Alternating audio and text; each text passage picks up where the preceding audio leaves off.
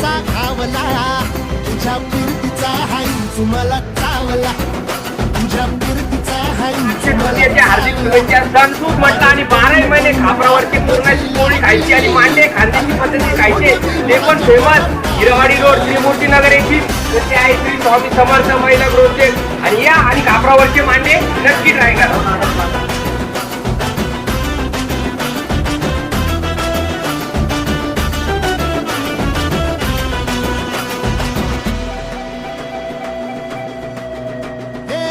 खरकट ताटावर रे गोट्याची झालर हातावर पोट बिदागीची झुणका भाकर